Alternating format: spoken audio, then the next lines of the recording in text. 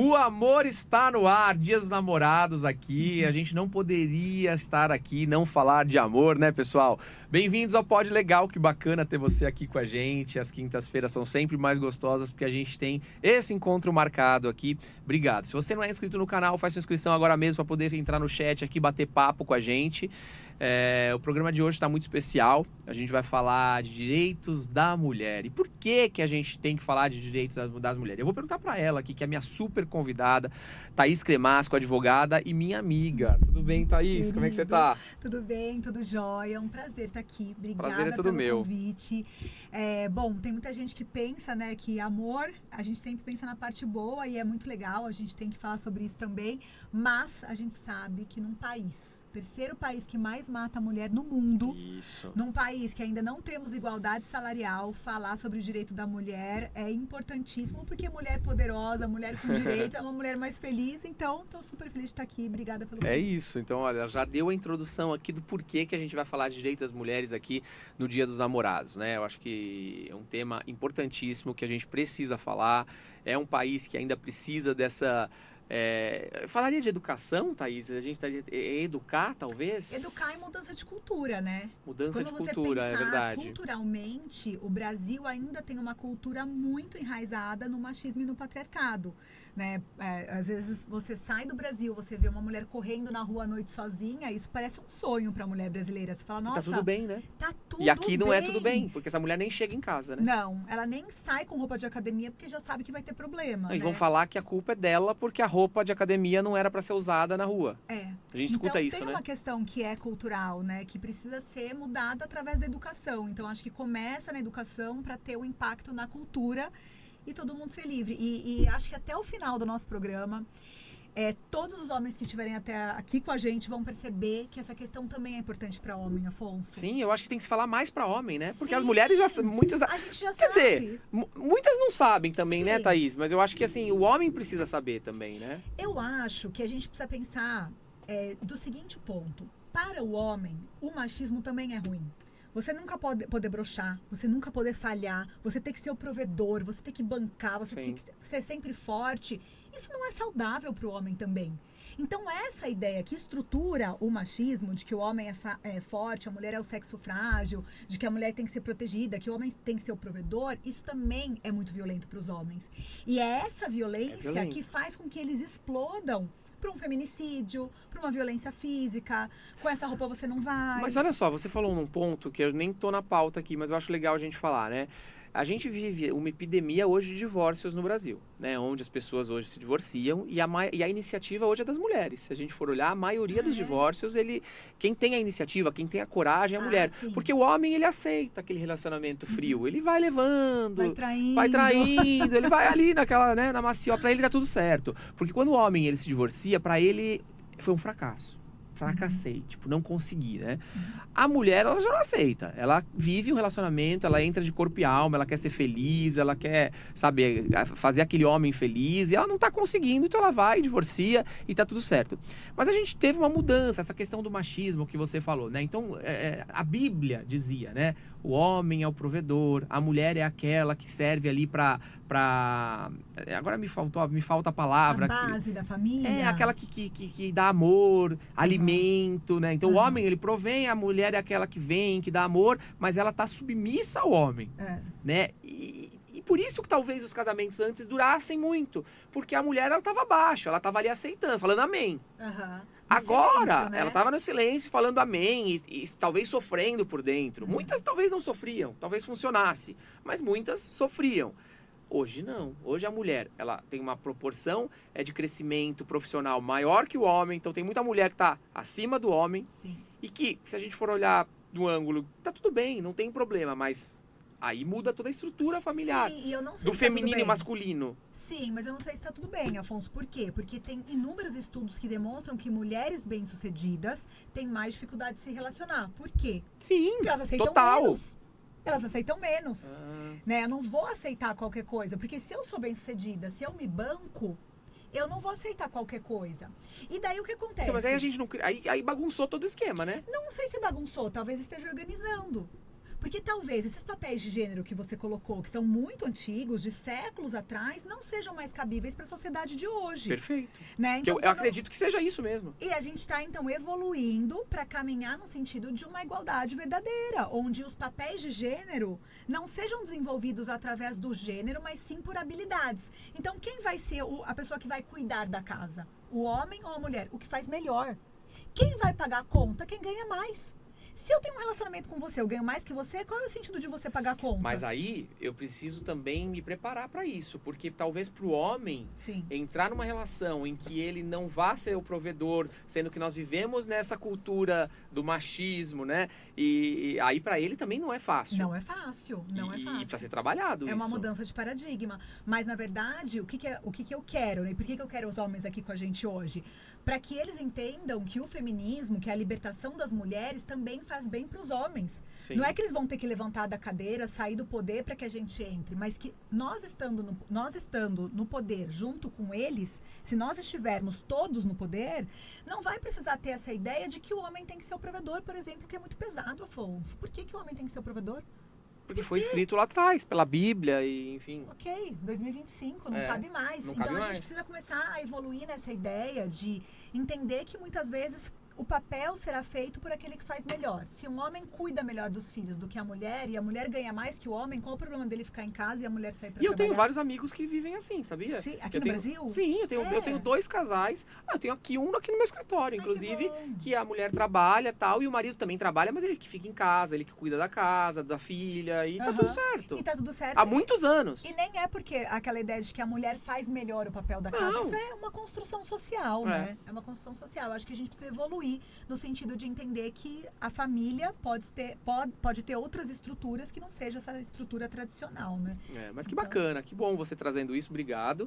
E que bom que você tá aqui com a gente. Eu acho que é muito importante a gente falar. Quanto mais a gente fala, mais a gente escuta, tudo vai se tornando mais normal ao nosso ouvido. E eu acho que é isso que a gente precisa, né? Tirar essas crenças de que as coisas que lá atrás foram escritas e que talvez fizeram sentido em algum momento, hoje talvez não façam mais sentido.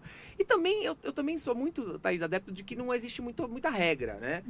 Existe aquilo que funciona pra gente. Sim. Funcionou nesse relacionamento? Vambora. Sim. Não funcionou no outro funciona assim? Vambora. Porque a gente tem que ter respeito, tem que ter educação. E não tem que ligar muito pra opinião dos outros. E eu acho que tem que ter um pensamento de liberdade também, de Sim. entender que você não precisa seguir um determinado padrão. Né? Eu acho que Que é dolorido, né? Eu acho que a questão é a padronização de famílias, de sociedade. Por que padronizar? Né? Se existem dinâmicas diferentes, por que a dinâmica tem que ser essa? Né? Por que uma criança na escola que tem, por exemplo, 2 mães, 2 pais, por que isso tem que ser estranho? Quanto mais nós nos acostumarmos com a diversidade, a sociedade que vai ganhar, porque as pessoas são diversas. Mas as Afonso. crianças hoje já estão se acostumando com tudo isso, né? Então a É. gente vive, a gente tem uma geração crescendo aí que tudo tá bem mais normal pra eles, né? Sim, sim. E acho que esse é o caminho. E a gente vai colher frutos bons mais pra frente. Exatamente. Eu acho que o sucesso é isso, é entender que a sociedade tem espaço para todas as existências, né? Não é porque tem uma existência que é diferente da sua, você precisa ficar ferido. Né? Não interessa se o outro tem uma vida diferente da sua, se a organização familiar dele é diferente da sua. Tudo é possível, né? E não é uma existência diferente que vai ferir a sua. Todo mundo tem o direito de existir dentro de um espaço comum. Bacana, é isso. E a gente trouxe aqui algumas matérias pra gente passar pra vocês aqui e até comentar. Então, olha, Rio de Janeiro.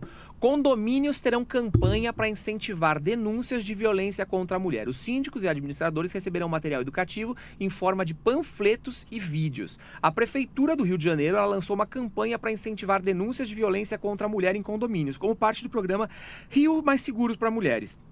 A ação prevê materiais educativos, minicurso online e amparada pela lei municipal, que obriga síndicos e funcionários a denunciarem casos de violência doméstica, também contra crianças, idosos e animais, em até 24 horas. Os condomínios devem fixar cartazes informativos e, em caso de descumprimento, podem receber advertência ou multa. Aqui é aquela história, né? Em briga de marido e mulher, ninguém mete a colher. E aqui tá dizendo que é pra meter a colher, né, Thaís? Exato. E aí, tem que meter ou não? Você sabe que eu sou de Campinas, né? Sei. Campinas foi uma das primeiras cidades do Brasil que determinou essa lei municipal. Que bacana. Para que tivesse essa obrigatoriedade dos condomínios reportarem a violência doméstica. A ideia de que briga de marido e mulher não se mete a colher é uma ideia que foi construída anteriormente à Lei Maria da Penha. Porque a violência contra a mulher era vista como um crime, não era visto como um crime, né? Era como se fosse uma briga de trânsito, era um ilícito civil de menor potencial lesivo. Então, vocês que se virem aí. Então, historicamente, o Brasil se constrói na ideia de que o casamento é uma instituição entre duas pessoas e essa instituição tem que ser regida pela lei civil. Então, criminalmente, não existia um problema do homem bater na mulher. E foi assim que o Brasil foi denunciado nas cortes interamericanas de direitos humanos, porque não fez nada com a Maria da Penha, e daí existiu a Lei Maria da Penha. Entendi. Então, o que o Brasil vem construindo nessa última década? A ideia de que nós, enquanto sociedade, temos obrigação de meter a colher. Então, o Brasil é signatário de uma série de tratados internacionais que dizem que nós, enquanto sociedade, estamos nos responsabilizando pelo combate à violência contra a mulher. Isso faz com que você não tenha a opção de falar, eu vou fingir que eu não estou ouvindo, eu vou dormir aqui, deixa o meu vizinho... Não, você tem isso é omissão de socorro. Se você está ouvindo a vizinha gritar e você não faz nada, você está omitindo, Tá certo. né, o socorro. Então, a gente está evoluindo no sentido de demonstrar, e é muito legal essa lei municipal, porque demonstra isso, essa obrigatoriedade de reportar. Porque muitas vezes a vítima não denuncia. E às vezes a vítima perdoa também, né? Eu acho que isso acontece muito. E aí eu acho que a vítima, ela traz um problema. Porque quando a pessoa vai lá e denuncia, ela fica brava com quem denunciou, né? Exato. Fala, como que você fez isso? Eu amo meu marido. Exato. Né? Exato. Tudo bem que você ama, mas ele te bateu. Mentiu, né? Ainda fala que você mentiu, não estava acontecendo nada, cair da escada, né?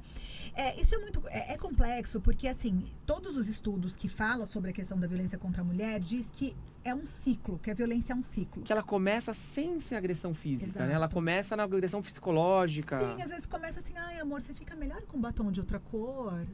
Batom vermelho não fica bom em você, não gosto desse batom. Ok. E vamos lá, isso que você falou, vamos dar esse exemplo. Uhum. Por que você entende que isso é uma violência? Super. Por quê? O início, é o primeiro degrau. Porque ele tá baixando a sua autoestima. E controlar o seu corpo. Te controlar. O batom tá em você, não tá nele. Entendi. Porque daí, Afonso, sabe qual que é o próximo degrau? Já não te falei que eu não gosto desse batom? Por que você tá usando? Tá, entendi. Terceiro degrau. Tá vendo? Você é uma puta. Eu vi que você tava conversando com um cara no Instagram e no dia que você ligou de vídeo pra ele, você tava com o batom, né?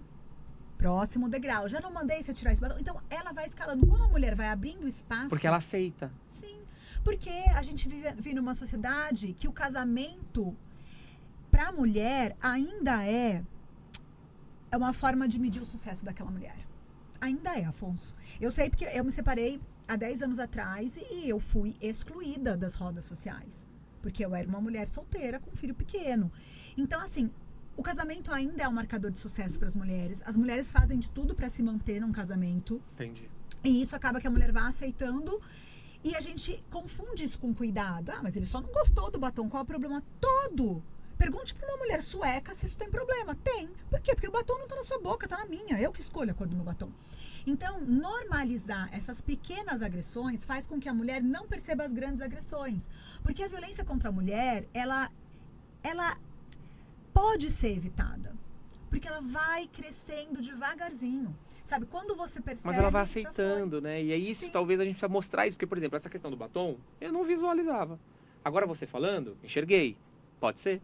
Né? Então, acho que pode ser e pode não ser. Vamos dizer assim, no primeiro, pode ser que o marido fale, pô, gosto mais você com rosa. Uma questão de gosto. Se acabar aí, eu acho que tudo bem. Se acabar aí, mas pode ser aquele que não, que continua e tá errado, né? Mas você falando, eu começo a enxergar e eu acho que a gente precisa enxergar. Então, eu acho que esse tipo de coisa, trazer pra gente, mostrar pras pessoas é importante. Agora, Thaís, a gente falou da Maria da Penha, né? Como que eu faço para fazer uma denúncia na Lei Maria da Penha e para ter essa medida protetiva? E a segunda pergunta que eu faço é, funciona? Porque a medida protetiva, tem uma medida, põe num quadro ela e faço o que com ela? Existe alguma fiscalização? Super, Afonso. Então como que faz? Porque eu sofri uma violência, faço o quê? Vou aonde? Delegacia, tem delegacia 24 horas, delegacia da mulher. Mas é importante numa delegacia direto ou é bom ter um advogado? Afonso, tudo que você faz com um advogado é muito melhor. Tá. Né? Invariavelmente, porque o advogado consegue até... Quando a mulher, ela tá muito abalada quando ela chega na delegacia, você tá denunciando uma pessoa que você ama. Sim. Né? A dor disso. Então, você não consegue nem ter objetividade na hora de fazer o boletim de ocorrência. Então, o advogado talvez te dá uma clareza, ele Com te ajuda, te dá um certeza suporte, um absoluta. apoio, até psicológico, outra né? coisa, total. Tá. Então, assim, claro que nem todas as mulheres podem ter um advogado ao lado delas. Por que é bom um advogado? Porque o advogado ele vai levar a termo. Porque às vezes a mulher chega toda abalada na delegacia. Fala qualquer coisa lá. Leva uma patada E daí fala, ai, tá vendo, a delegacia maltratou a mulher. Porque é o batidão da polícia, né? Lá não é terapia. Tá, e eu vou numa delegacia da mulher ou eu vou numa delegacia normal? Delegacia da mulher. Então vamos lá. Tem um problema. Sofri uma agressão. Tô sendo ameaçada.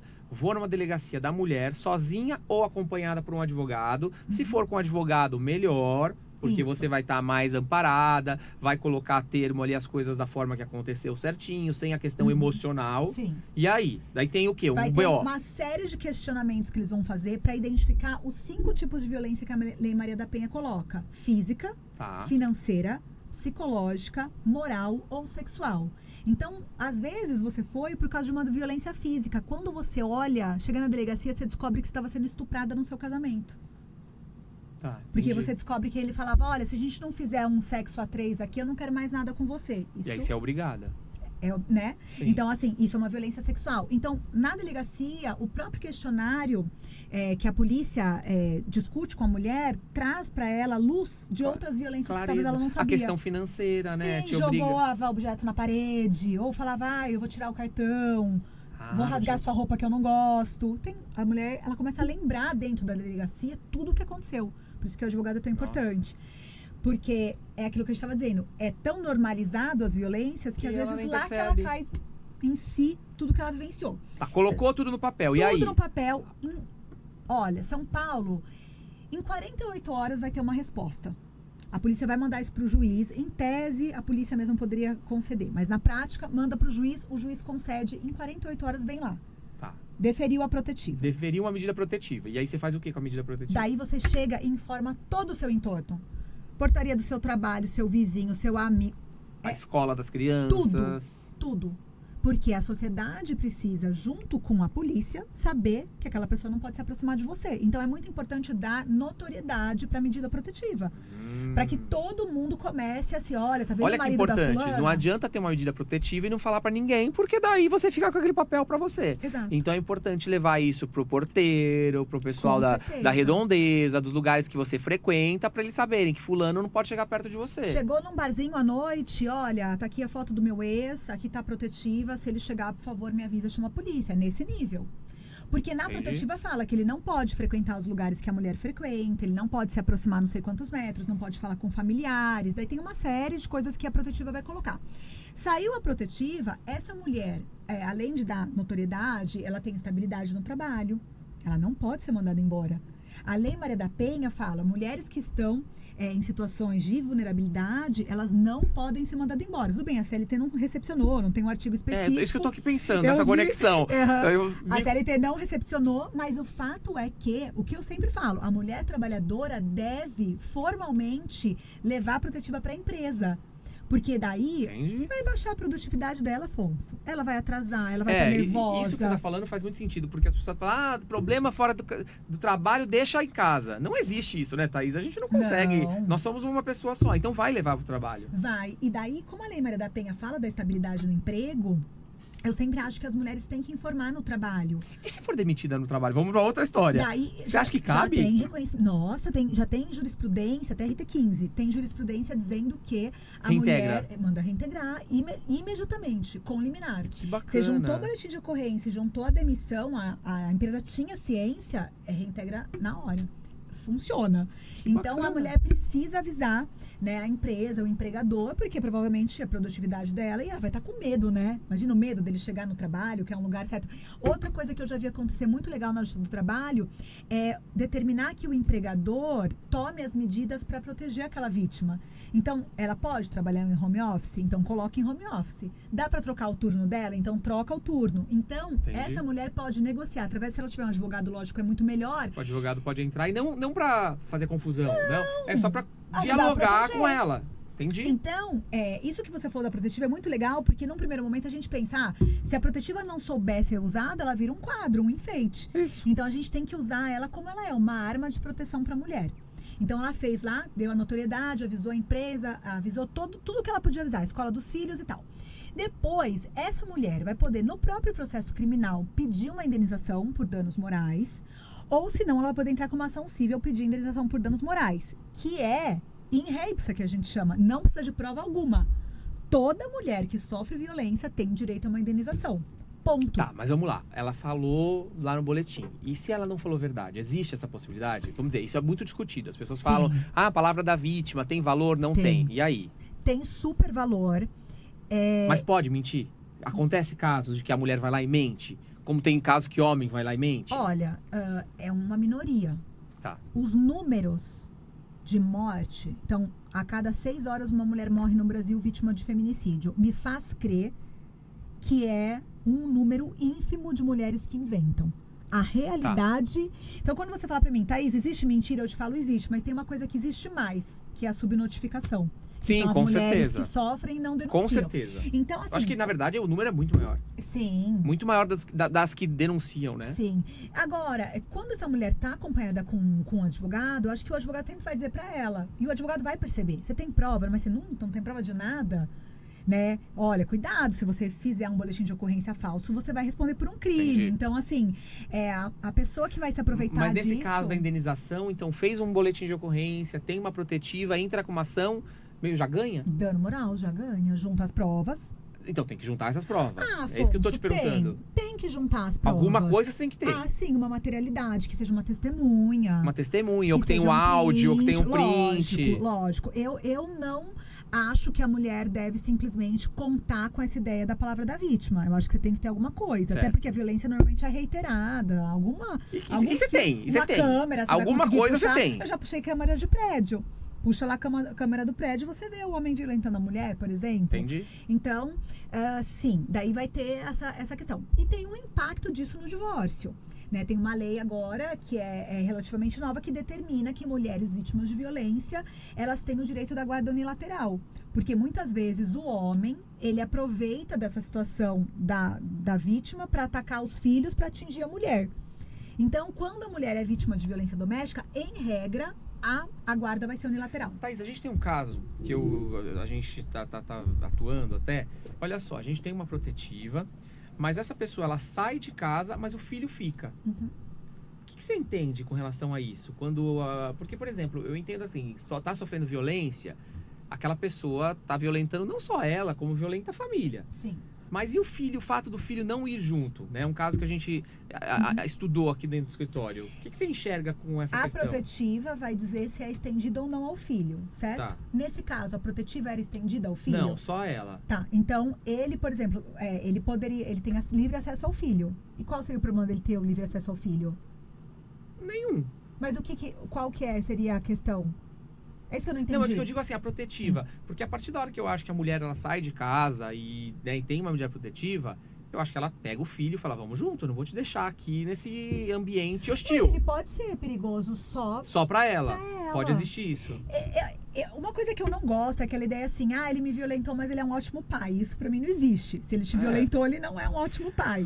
Uma frase que eu falo muito assim, a maior prova de amor que você pode dar pros seus filhos é respeitar o pai e a mãe deles. Sim. O pai e a Sim. mãe. Eu gosto sempre de citar os dois, porque Sim. um dia desses alguém copiou minha frase e aí colocou, a maior prova de amor que você pode dar pros seus filhos é respeitar a mãe deles.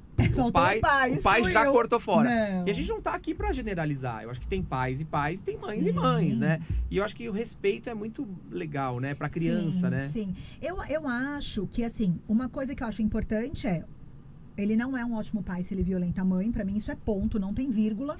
Tá. Mas, por outro lado, ele pode não ser uma pessoa perigosa pra aquela criança, que é uma coisa diferente, entendeu, Afonso? Ele não é ele é perigoso pra mulher. Thaís, mas hoje em dia, como é que a gente sabe quem é perigoso e quem não é perigoso? Eu vi uma Sim. reportagem, o pai que saiu, pegou as 2 meninas, foi andar de bicicletinha com as duas, jogou as duas da ponte. O outro foi lá, pôs Bateu fogo. o carro. Bateu o carro com gêmeos. Bateu fogo. Ou seja, a gente não sabe a consequência dos atos das pessoas, né? Não, a gente não sabe. Eu jogo isso na conta. Eu sei que pode parecer muita militância, mas eu jogo total na conta do machismo. Essa ideia de que ele é dono de tudo. De que ele que... Você não tem o direito de terminar um relacionamento. E que ele perdeu, né? Ele Porque perdeu. o corpo é dele, é uma então, como ele propriedade. perdeu, ele vai tacar fogo, ele vai jogar pro alto. Uma coisa que eu tenho certeza é assim, nunca subestime uma ameaça. Essa ideia de que, ameaçou, não faz, não sei aonde. Na violência doméstica isso não existe. Ameaçou e faz. Eu tava contando pra Thaís aqui, gente, que eu tenho um caso na minha família que a gente acha que não acontece dentro de casa. Eu já contei aqui algumas vezes pra vocês, da minha irmã que foi assassinada pelo namorado. Simplesmente porque ela terminou o relacionamento. Sim, e né? conta o que ela falou dias antes. Que ele não era capaz. Falou que ele não ia matar. Isso foi numa quarta-feira, eu vi um revólver com ele e eu falei, ele vai matar ela, ele vai matar ela, ele vai matar ela. E ela disse, imagina, ele não mata nenhuma mosca, né? E aí depois de 3 dias ele foi lá e matou ela e se matou. E então acontece dentro da nossa casa, né, Thaís? É isso que eu acho que as pessoas precisam entender. A gente sempre acha que é na casa do vizinho. É sempre com o outro. Não, acontece dentro da nossa. A gente precisa estar ligado, prestar atenção em todos esses detalhes. Não é? Sim, e parece chato, mas é uma coisa que a gente precisa entender que não está distante da gente. Eu acho que, na verdade, as mulheres precisam começar a entender e reconhecer dentro do relacionamento delas aonde está a violência. Né? Então, assim, como que esse pai se comporta? Como a mãe também, né? É muito importante dizer que tudo que está na Lei Maria da Penha também serve para homem. Por outro lado, então, para mulheres trans, para relacionamentos de 2 homens, de 2 mulheres. Não, eu acho assim, não precisa de lei João da Penha, porque já tem.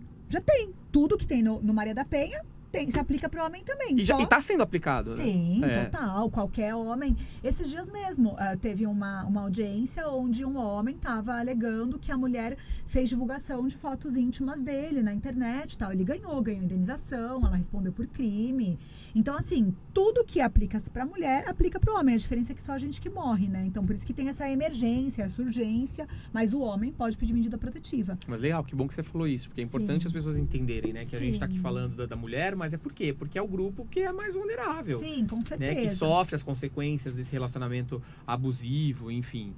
Agora, Thaís, uma outra coisa. Então, essa questão do condomínio a gente já falou que é importante. Então, tem que acontecer uma gritaria, você tem que avisar. Mesmo que depois a mulher pare de falar com você. Sim. Sua amiga. E uma coisa super importante, gente. Claro que o boletim de ocorrência pode ser feito online, né? Na delegacia online. Você pode fazer o boletim de ocorrência online, pedir a protetiva, tudo online.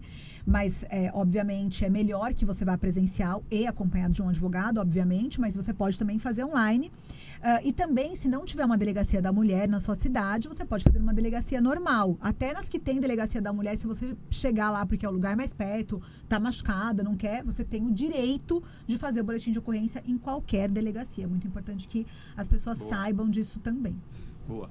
Outra matéria que eu trago aqui, que todos têm o direito de saber se alguém já foi condenado por violência contra mulher ou criança, né? A Secretaria do Estado de Segurança Pública deverá regulamentar a criação, atualização e acesso aos cadastros. O governador do Mato Grosso, Mauro Mendes, sancionou uma lei que determina a criação de 2 cadastros públicos, um de pedófilos e outro de condenados por violência contra a mulher. E esses registros estarão disponíveis no site da Secretaria de Segurança Pública e poderão ser acessados por qualquer cidadão. E essas informações incluirão ali nome completo, CPF, data de nascimento, tipo do crime, data da condenação, blá, blá, blá. Eu até fiz um vídeo ontem falando sobre o Dia dos Namorados, e aí eu digo, vai namorar? Faz uma pesquisa completa aí, né? Entra lá no Jus Brasil, vê se o cara tem processo, vê se o cara não sei o que. Pra você saber com quem você tá lidando, né, Thaís? Às vezes você tá lidando com um cara que já é casado, porque, eu tô no relacionamento, eu te amo. O cara é casado, tem outra família. Sim, né? Então eu ensinei lá, você entra lá, coloca proclamas, o nome da pessoa, você descobre se é casado. Então até isso, tá? Pra você, quando for pro date, você já vai ali fazer a pesquisinha. E aqui o que tá falando é pesquisar se a pessoa tem aí antecedente de violência contra a mulher ou criança. É importante isso? Não é? Eu acho que é importante, mas ao mesmo tempo não me dá o direito de ter errado e querer ser uma pessoa melhor depois, porque eu vou ter essa marca pro resto da vida. Eu acho que isso quebra um pouco o paradigma daquele cara assim, ele é super bonzinho, ele é maravilhoso, ele é um lorde na sociedade, mas violentou uma mulher ou estuprou uma criança. Eu acho que enquanto sociedade, a gente precisa saber o histórico daquela pessoa. Ele não está respondendo por algo que ele não fez. Você está informando a sociedade algo sobre o passado dele. Agora, nós, enquanto sociedade, a gente tem que dar o peso devido a essa situação. Né? Eu acho que é certo nós termos o direito de acessar essa notícia, porque é uma coisa grave, né? Se você vai contratar uma pessoa para trabalhar, por exemplo, ou tudo bem, você pode falar até que é discriminatório, mas eu acho que você tem o direito de saber, por exemplo, se é uma pessoa que já se envolveu com violência sexual em relação a crianças. Eu acho que é uma coisa que é estigmatizante. Acho que a sociedade tem sim o dever de saber, o direito, né? Na verdade, o direito de saber isso. Mas eu fico pensando que a gente também tem que colocar isso dentro de um paradigma, né? Enquanto sociedade. Isso aconteceu em que ano? 10 anos atrás? Você vai ficar revitimizando o cara? Sim. Então chega pra ele e pergunta, olha, depois disso, como que foi? O que aconteceu? Aconteceu lá atrás, tá? Deixou isso pra trás, agora tá bem, tá casado, se recuperou, viu que estava errado. Então, assim, a gente precisa dar o direito das pessoas se recuperarem apesar dos seus erros. Eu não gosto da ideia de que você tem que matar a pessoa no pior erro dela, né? Mas então ele é um estuprador de criança, não pode mais fazer nada da vida. Claro que não.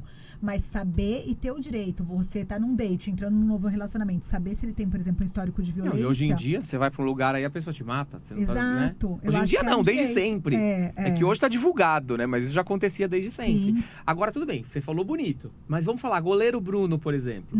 E aí? Goleiro Bruno teve lá, foi condenado, Elisa Samúdio, até hoje não apareceu o corpo. Porque pra mim, esse é o...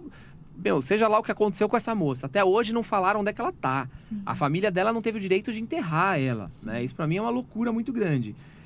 E aí? Essa ficha suja dele, hoje ele tá solto, ele quer voltar à vida. Ele já voltou, né, Afonso? Então, mas e aí? Isso fica marcado pra sempre? Não tá marcado pra sempre. Tanto que tem torcida organizada pro cara, entendeu? O Brasil... E você acha que tudo bem? Não acho. Eu acho que uma coisa é a pessoa se ressocializar. Então, vamos sair um pouco da questão do relacionamento para falar para feminicídio, que é morte de mulheres. Quando a gente está falando de um feminicida, que é o caso do Bruno, sendo reintegrado na sociedade, ele tem o direito de se reintegrar. Mas eu não sei se ele tem o direito de ser... Tem uma torcida. Putz, não sei, Afonso. Porque não, tipo... Não existe pena, né? Aquela pena eterna. O Brasil, a gente não tem pena de morte, a gente não tem prisão perpétua. Mas não dá pra passar uma borracha no que ele fez. Não dá. Porque assim, ele no mínimo ofereceu o corpo dela para cachorros comer, né? Na melhor das hipóteses, né? Porque uma das historinhas né? Então assim, eu acho que uma coisa a pessoa tem o direito de se reinserir na sociedade? Tem. Mas nós, enquanto sociedade, não deveríamos permitir jamais que ele virasse uma celebridade, de novo. Para mim é isso. Entendi. Eu concordo com você. Concordo, acho que você tá certíssima, né? Não dá pra pagar o que o cara fez aí. A gente não tem que sair batendo palma. Sim. Mas ele tem que voltar, mas com as consequências do que ele fez lá atrás. Igual a Suzane Richthofen. Igual as mulheres, aquela outra que matou o Yoki. Sim. Então não é nem questão de gênero aí, de feminicídio ou homicídio. A marca vai ficar. Exato. Como qualquer coisa que você faça, vai estar na tua marca, né? De bom ou de ruim. Sim, um assassinato que choca o Brasil como esse, não pode, depois de 1 década, 2 décadas, esse cara virar uma celebridade. Aquele né? cara que matou a Daniela Pérez, lembra? Sim. Só que ele morreu, né? Sim, ele parece morreu. que teve um infarto. Na cadeia, não foi? Não, tava solto, virou pastor, tava lá, não sei o que lá, e verdade. aí teve um infarto, morreu. Porque fica marcado, né, ali dentro, Sim. né? Não deve ser fácil pra pessoa. Thaís, uma outra coisa, a gente tá falando muito de inteligência artificial hoje em dia, né? Então a inteligência artificial faz tudo pra gente, só que ela tem feito também coisas muito ruins. Sim. Então, por exemplo, aqueles fake nudes, né? Pega lá a tua filha na escola, põe a carinha dela e coloca um corpão pelado ali, e a gente sabe que isso tá acontecendo, porque os jovens, eles estão fazendo, eles não têm medo das consequências. Né? O que você pode falar sobre isso? Isso tá recorrente? Isso tá acontecendo? Nossa, nas escolas muito, né? E quem pode se responsabilizar por isso? Porque eu acho que os jovens precisam entender. Fez um fake nude de alguém aí, você vai se responsabilizar. Não é você, é o seu pai, é a sua mãe, seja lá quem for. O que vai acontecer? Eu tenho um posicionamento, Afonso, que as pessoas veem como radical em relação à questão da juventude, né? Porque muitas pessoas falam, não, mas são adolescentes, eles estão aprendendo. Justamente por estarem aprendendo e por serem adolescentes, eles têm que ser punidos. Não tô falando que tem que pegar todo mundo e levar para a Fundação Casa, mas uma justiça restaurativa, essas pessoas passarem por processo, resumir livro, fazer palestra, serviço social. Eu sou super a favor de que os jovens respondam, sim, judicialmente às famílias. Então, por exemplo, na minha cabeça, né, nos processos que eu faço contra a escola e como eu penso que a advocacia deve agir nesse tipo de processo. Então, eu acho que tem que fazer a denúncia, né, tem que, sim, entrar com ação e entender... Contra quem? Contra a família do jovem. Contra a família do jovem. E a escola? Vamos dizer que ele estava dentro da escola. Porque a escola tem que tomar uma providência, ou não? Exato. Para mim, é a escola que define. Você vai chegar na escola, você vai notificar a escola. O advogado vai notificar. Se a escola disser, não tem nada a ver com isso aconteceu na internet, mundo virtual, e daí que eles estão na mesma sala, e daí que foi no grupo de WhatsApp da sala, eu não tenho nada a ver com isso. Então a escola é conivente, vai responder junto. Ah, entendi. Isso para mim, assim, eu não tenho dúvida em relação à forma jurídica que a gente deve tratar esse assunto. assunto. Se a escola falar, não, peraí, vou chamar esses pais, vamos fazer uma reunião, vem, a escola faz tudo para resolver o BO. Daí eu acho que a escola fica fora e só entra a família. Tá? Então tudo depende da postura da escola, como ela E daí vara da criança e do adolescente para justamente buscar a justiça restaurativa, entender esses adolescentes, ouvir, fazer trabalho com eles, trabalho voluntário, tal. Beleza. Família, para mim, tem que responder civilmente, inclusive com indenização por danos morais. E eu não vejo dificuldade de ganhar esse tipo de processo. Zero dificuldade. Eu acho que é muito mais uma mudança cultural da sociedade. Falar, mas eu vou processar porque fez... Porque a gente começa... A gente normaliza as microviolências. Não, mas precisa. Porque se você permite a microviolência, você vai ter uma maior daqui a pouco. E a partir da hora que você, num grupo da escola, você faz e penaliza aquela criança... de alguma forma que seja, mesmo que de forma leve, mas aquilo serviu como uma... Pensa assim, o jovem que fez isso hoje na escola é o cara que vai fazer isso amanhã no ambiente de trabalho. Ele vai fazer o mesmo deepfake. Né? Ele vai fazer igual o mesmo aqueles que fizeram isso, né? Ele vai fazer o deepfake das colegas de trabalho. Né? É esse mesmo cara. Por quê? Porque a sociedade deu o recado pra ele que não vai dar em nada. Que isso aí é uma brincadeira possível, que tá tudo bem fazer. Então, assim, eu acho que a gente precisa entender da escola. Vocês são contra um deepfake, por exemplo, ou um bullying, um racismo, uma violência dentro da escola. Então, como vocês vão se posicionar? Não, a gente vai chamar a família, a gente vai fazer reunião de pais e mestres. A gente vai expulsar a criança, pode acontecer isso. Por exemplo, Thaís, até nem falei com você sobre essa história, mas eu sei que aconteceu com você dentro de casa, que eu digo, né? As coisas acontecem dentro da nossa casa. Sim. E eu sei que aconteceu dentro da tua casa, com um dos seus filhos, a questão de bullying, de racismo. Acho que foi racismo, né, Thaís? Foi a questão de racismo. Eu vi que você atuou de forma muito efetiva ali com a escola. E ali, como foi a forma como você conduziu isso? Essa que eu tô trazendo pra vocês. Porque assim, eu lembro que foi a primeiro caso na história do Brasil, eu acho que foi o primeiro caso na história do mundo, que uma criança foi expulsa por racismo. Tanto que a gente falou com jornais da Alemanha, da Inglaterra, foi realmente uma coisa disruptiva o que ele fez, assim, o jeito que ele resolveu lidar com o assunto.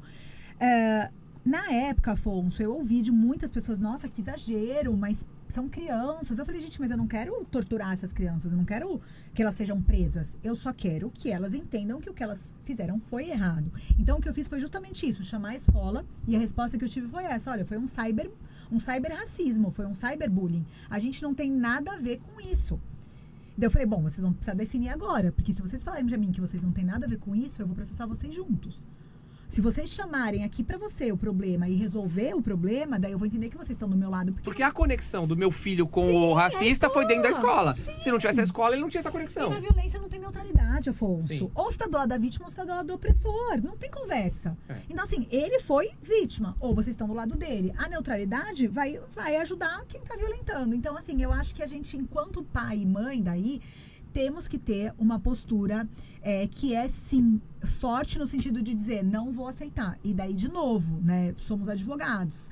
Eu acho que precisa, sim, é um assunto, sim, jurídico. É um assunto, sim, que tem que ser tratado através de um advogado, com provas, e fazer acordo com a escola, ou a escola vem junto com você nesse processo, denuncia esses pais, porque tem escola que faz isso, chama o pai do racista, chama o pai do buller e fala, olha, o seu filho está fazendo bullying. Isso é inadmissível na nossa escola. Certo. A escola se posicionou. Agora a escola, não tem nada a ver com isso? Não, imagina. Vai continuar, não né? tem, não pode. Que legal, Thaís, parabéns, viu? Muito legal. Obrigada. Agora, olha aqui, com relação ainda a essa questão e as consequências psicológicas para uma criança? A gente tá falando de meninas que estão ali na adolescência, descobrindo o corpo, e aí tem um corpo que não é seu, exposto. Né? Isso também é muito grave, essas consequências. A gente falava sobre isso antes, né, eu e você, sobre o impacto da violência nos nossos corpos. Há quem diga, e a gente começou a pensar sobre isso, e eu queria falar para todo mundo que está ouvindo a gente, que a dor nos fortalece. Né? Mas aí ela vai sofrer, vai sair de lá mais forte. A dor fortalece algumas pessoas, a depender do momento que aquela pessoa está vivendo. Se já é uma menina que está traumatizada, que está tomando um remédio, que está vivenciando uma separação dos pais, que para ela foi traumático. Pode ter um desfecho péssimo. Trágico. Pode ser uma menina que acabou de ser estuprada pelo tio. E daí vem um deepfake dela na escola e ela se mata. Então, assim, não dá pra gente romantizar a dor. Na minha cabeça, isso pra mim é muito claro. Então, assim, os impactos psicológicos vão depender de muitas variáveis que fogem do nosso controle. Por isso que eu acho que a gente precisa sempre punir. E tem uma coisa muito louca que eu vou te falar sobre violência. Acho que não é só contra a mulher, é sobre violência lato sensu. A violência, Afonso, ela é percebida através do retrovisor. Às vezes você para na sua vida e você olha e fala assim, cara, olha aqui isso aqui que eu passei.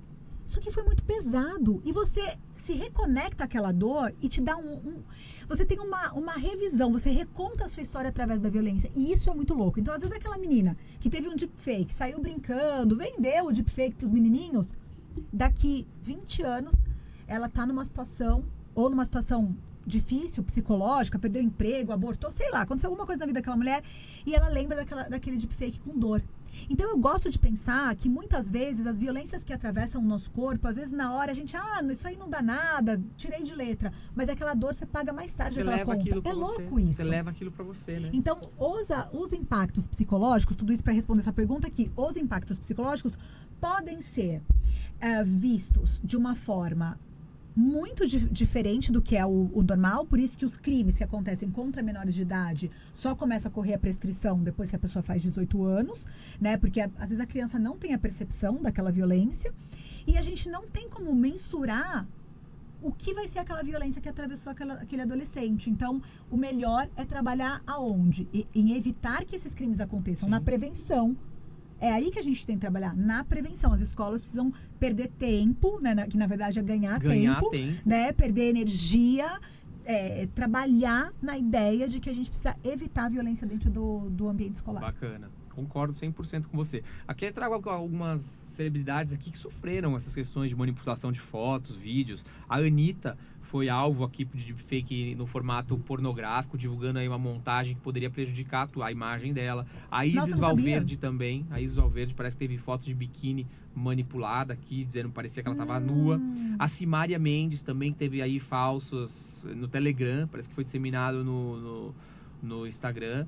Billie Eilish também, pro ensaio da Vogue, também pegaram o ensaio da Vogue dela e colocaram ali as fotos. A Manu Rios também, aqui teve um vídeo íntimo falso, colocaram o seu rosto, né, e a internet tá bem... Mas quem lucra com tudo isso, né? Nos estudos que a gente faz sobre a questão da violência contra a mulher, é o lucro da misoginia que a gente chama.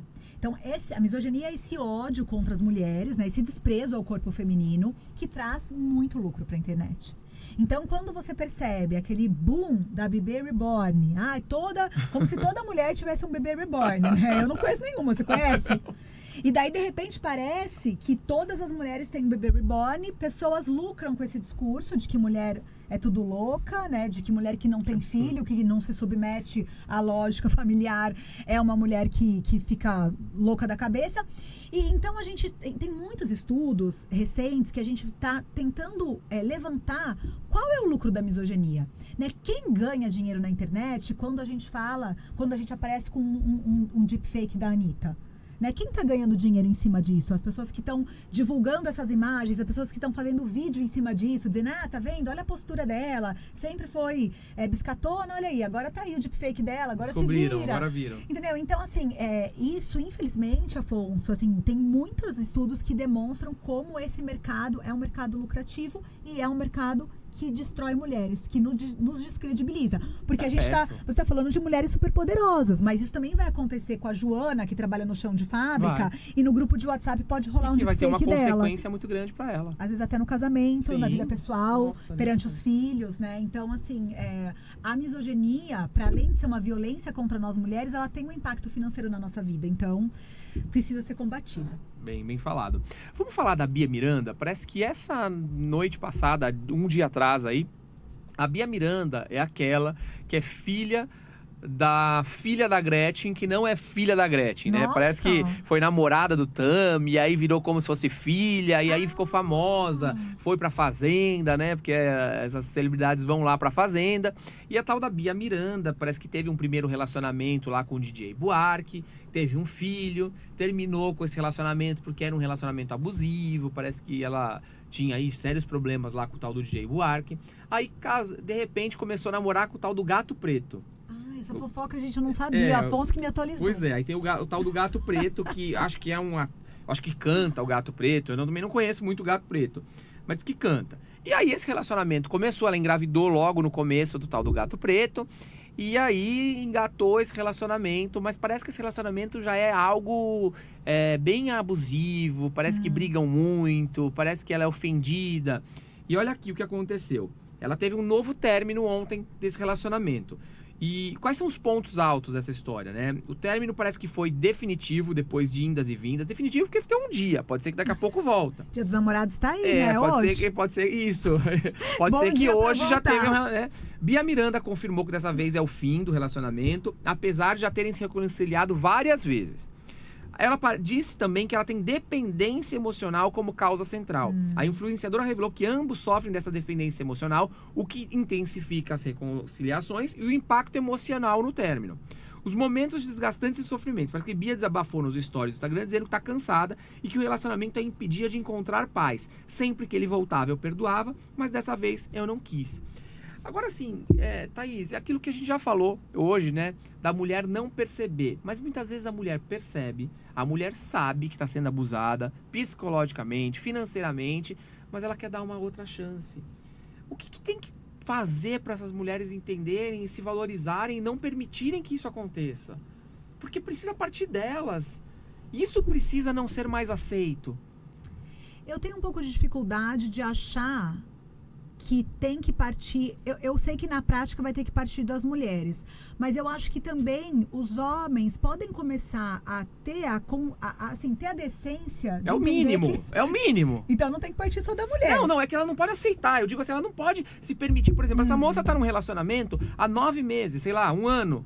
Ela tá 1 ano sofrendo. Há 1 ano que a gente escuta na mídia. Não é só sofrimento, Afonso. Hã? Não é só sofrimento, tem a lua de mel. Não, tem a parte boa, lógico que tem. Então, mas só que vem a parte ruim, vem a parte boa. Vem a parte ruim, vem a parte boa. Mas é aí que a pessoa fica.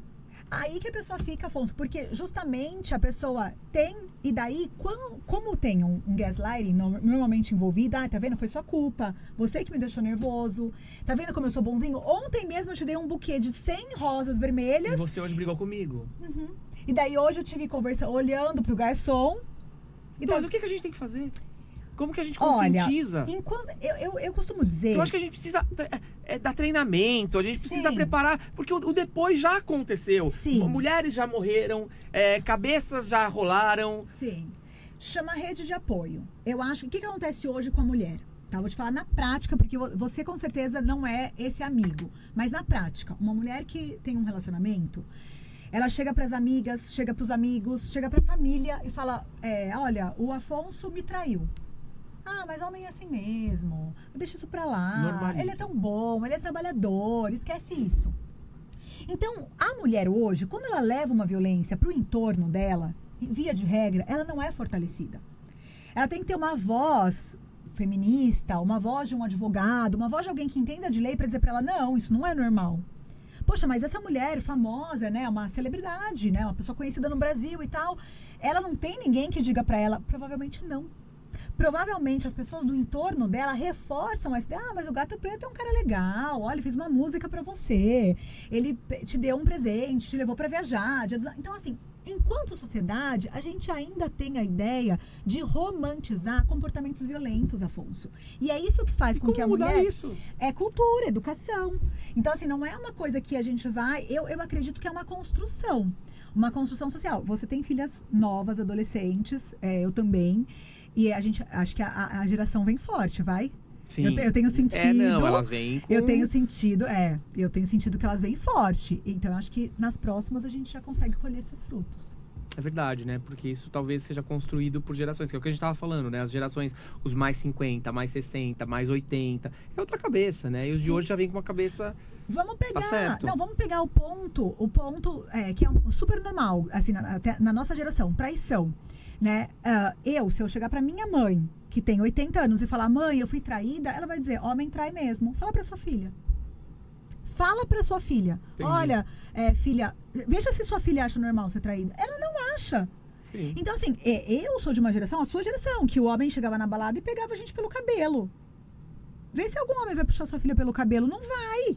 Então, a gente deu já um passo. Entendi. Então, eu acho que as próximas gerações... Não é rápido, né, Thaís? Demora, né? Mas vão colher os frutos do trabalho que a gente começou. Tá eu certo. acho que é isso. Eu acho que agora você falou, até me até me acalentei aqui, né? De tipo, então tem uma solução. É que demora, não é do dia pra noite. Tá chegando. A sua filha, por ouvir o que você fala, ela já não vai normalizar o que você e eu já normalizamos. E eles em casa brigam, então eu tenho lá 3, né?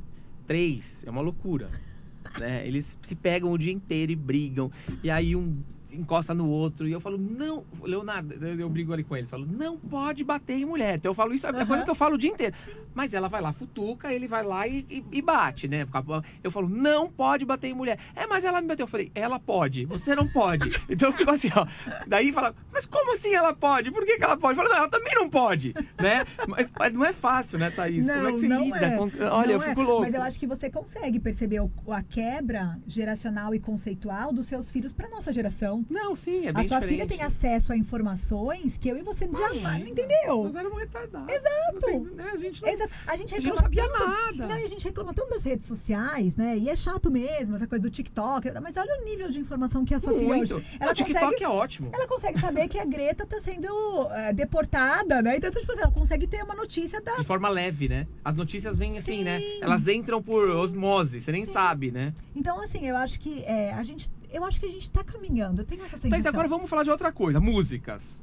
Não tá na nossa pauta. Tá bom. Mas as músicas hoje em dia estão num nível tão baixo. Sim. A gente achava que o Tchan era ruim. Depois de 9 meses você vê o resultado. Depois de 9 meses... Ai, e que horror. Você sabe dançar, que eu sei. Mas assim, tipo... Que horror, né? Olha o que tá falando. As de hoje senta, pega... E aí, você acha que isso piora toda essa situação? Eu vou dividir em 2 coisas. Primeiro, eu acho... Porque, na verdade, piora no sentido de que tudo fica muito erotizado, né? Hoje tá tudo erotizado, né? Eu acho. Não sei se tô falando errado. E a questão também de tratar a mulher como um objeto, né? A objetificação do corpo feminino, eu acho super grave na música funk, por exemplo. Acho muito violento. Mas os homens também estão erotizando, se você for olhar. Você vê muito homem tipo hoje. Tipo MC Pipoquinha, você fala? Não, MC Pipoquinha aí já foi... ela você já viu os vídeos dela, né? Já. A MC Pipoquinha, só que ela agora diz que já ganhou todo o dinheiro da vida dela e não vai mais trabalhar. Ai, que bom. Obrigada. Guardou, disse que não vai mais. Agradece. Ela já tá ótima, falou ela. Mas assim, essas músicas de hoje, eu acho que estão erotizando a mulher e o homem também. Porque você vê os homens dançando, as mulheres dançando, é uma exploração do corpo ali. Eu tenho uma preocupação muito grande com a hipersexualização de corpos infantis. Eu acho super grave essa ideia. Ai, meu filho de 14 anos, 12 anos namora. Eu acho que a gente normaliza uma coisa que é bizarra. Né? Eu dou palestras muito para mulheres da periferia. Elas falam, doutora, mas minha filha quer namorar. Eu falei, você vai dizer não. Qual que é o problema? Não, mas ninguém segura. Segura? Com 12 anos? Vai namorar um cara de 20? Não vai. Então, assim, eu acho que primeiro tem a questão que a gente não pode normalizar relacionamentos infanto-juvenis. Eu acho isso de um grau de violência absurdo. Né? Que idade que você acha que pode namorar? Assim, ai, Afonso, 17? Antes disso... Sexo com uma pessoa de 15, 14... Bom, abaixo de 14 pra mim é estupro. Pra mim não. Sim. É estupro generável. Então esquece. Eu já falo pras mulheres. Eu falo, gente, menos... Esquece. De não 15 existe. Pra frente... Não pode existir. Não pode existir. A gente não pode permitir isso enquanto... Ai, Thaís, como você é moralista. Bom, quem me conhece sabe, né? Que não seria esse o caso. Mas, assim, eu acho que nós precisamos fazer um recorte, né? De não erotizar crianças. Eu acho isso muito grave na nossa sociedade. Eu não sou uma pessoa que criminaliza o funk. Eu acho que é uma produção cultural da favela. Isso faz parte da nossa sociedade.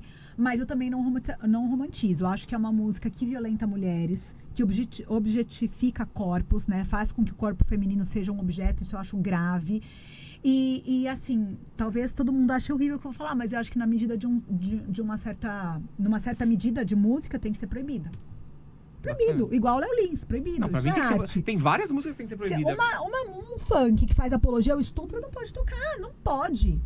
Vamos falar do caso do Léo Lins. Você entrou num ponto importante. A gente conversou antes, então eu achei que teu posicionamento é muito bacana.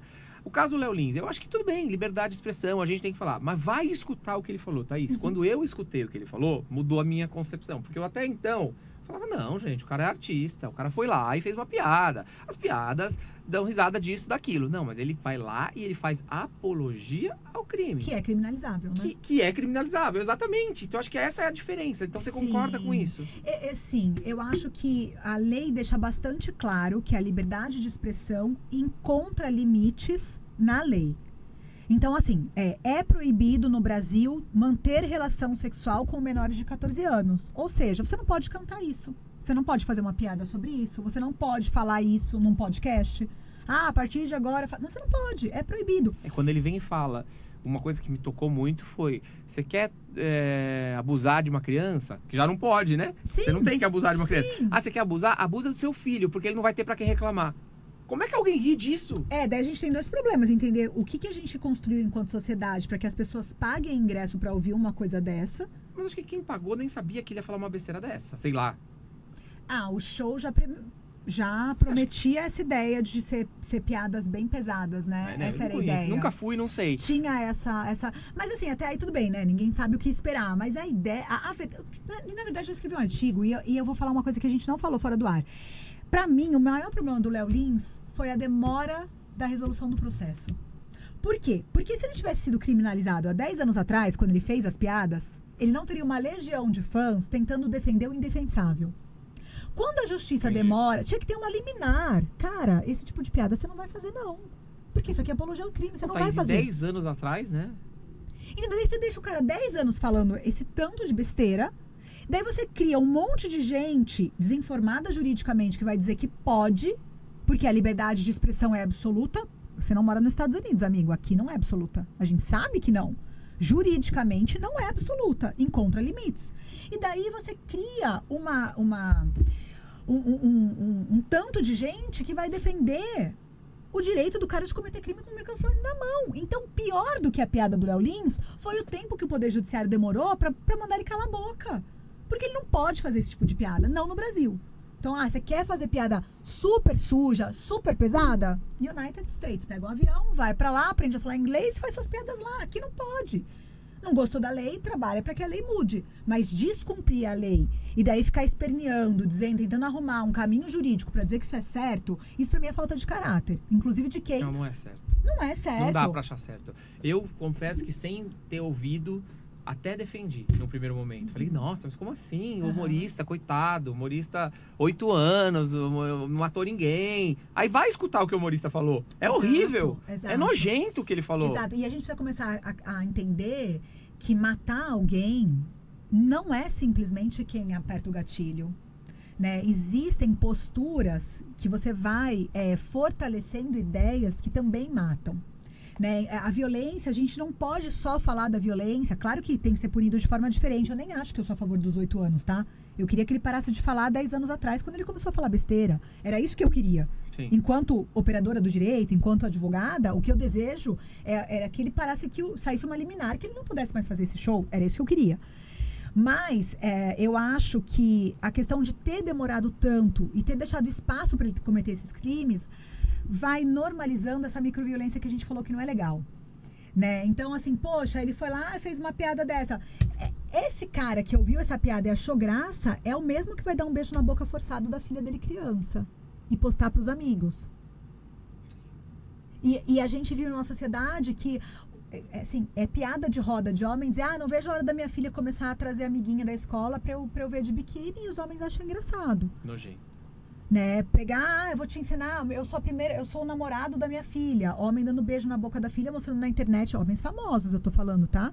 Se referindo como namorado da filha, dando beijo na boca da filha, postando na internet, e a sociedade, é carinho de pai.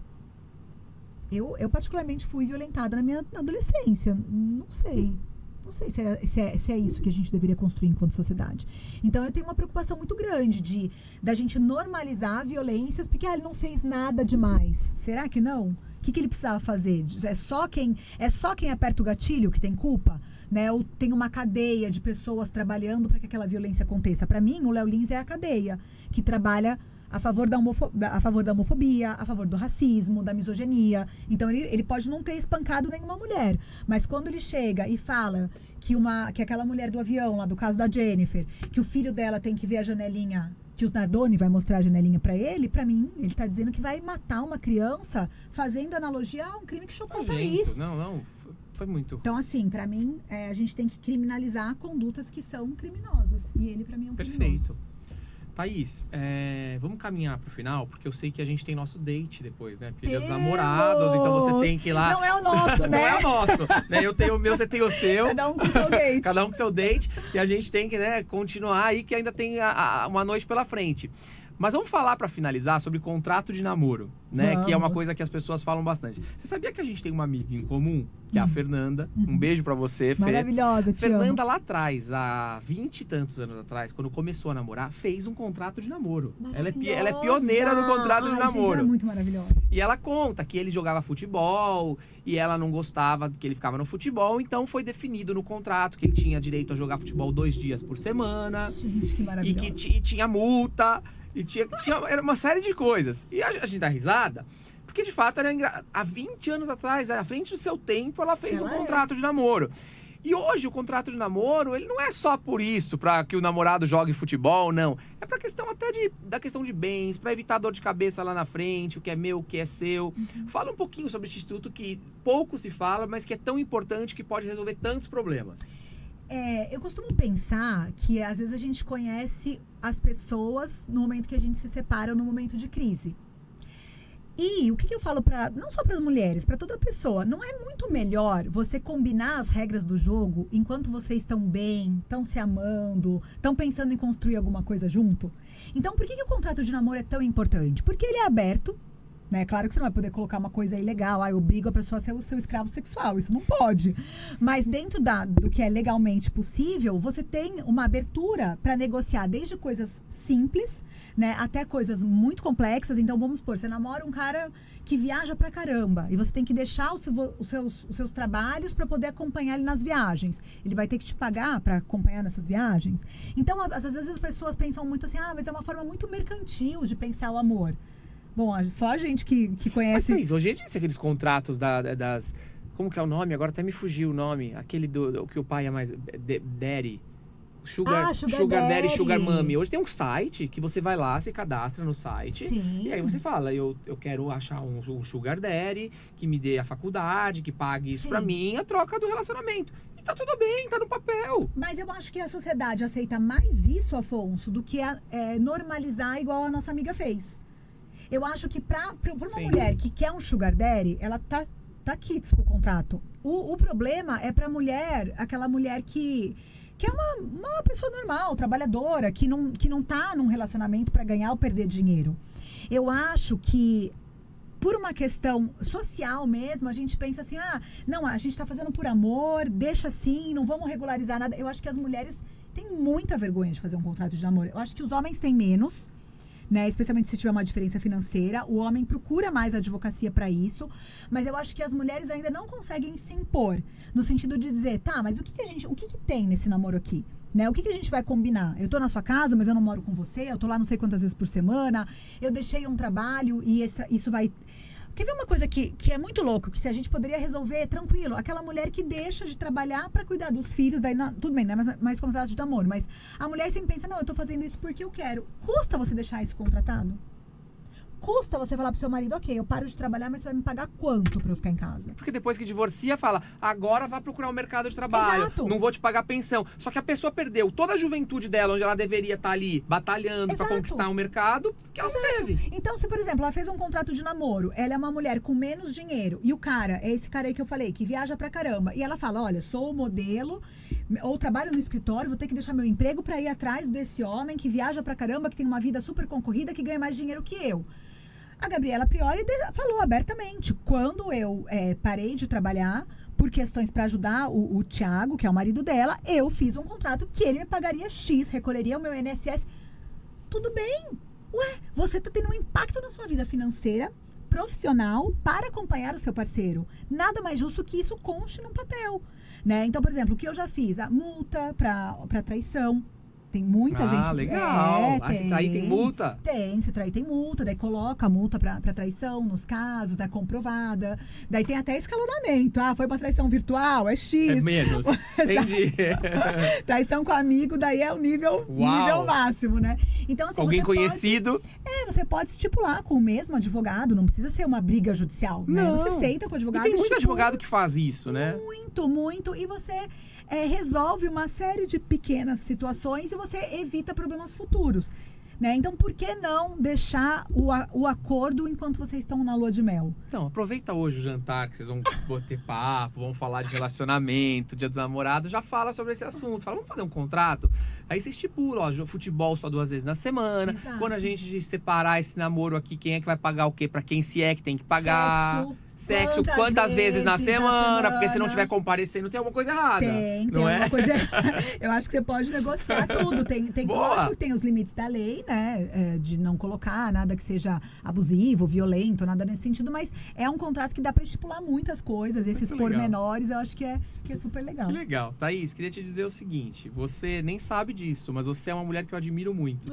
Pela sua autenticidade. Eu acho que muitas mulheres, sem você saber, se espelham em você. E muitos homens, eu acho que olham pra você e falam, poxa, que mulher foda. Né? E eu acho que a gente precisa disso. A gente precisa de mulheres como você para fortalecer as outras mulheres e para fortalecer os homens, aí para os homens enxergarem, né, onde erram, o porquê erram. Né? Eu acho que as pessoas erram, às vezes nem sabem por quê, e quanto mais se fala, poxa, olha só, eu tô fazendo isso sem saber. Enfim, por causa de uma história, por causa de um machismo que a gente tem no nosso país. Mas é isso, e você é muito autêntica, você é muito você, Obrigada. você não liga para a opinião dos outros. Eu acho que isso é muito importante. Eu acho que a vida, quando a gente não liga para a opinião dos outros, a gente vive feliz, a gente é a gente mesmo do nosso jeito, e é isso que é a Thaís. Tá? Então, parabéns por ser essa mulher aí que é um exemplo para muitos, para homens e para mulheres, viu? Obrigada, Afonso. Você sabe que toda vez que eu posto o Afonso, qualquer coisa da minha rede social, eu vejo um monte de mulheres. Gente, que homem maravilhoso. Eu falei, gente, se fosse só beleza, mas é inteligência, é beleza, é competência. Então, eu também, eu sou uma grande admiradora sua, do seu trabalho. Gosto muito de você, tô super feliz de estar aqui hoje. Obrigada pelo convite. E vamos curtir o Dia dos Namorados, né? Pois é, que a gente precisa. Vamos fazer um brinde a gente agora, sim, porque daí o próximo brinde cada um faz com o seu date aí, viu? Com certeza. Valeu, até a próxima. Obrigado. Até.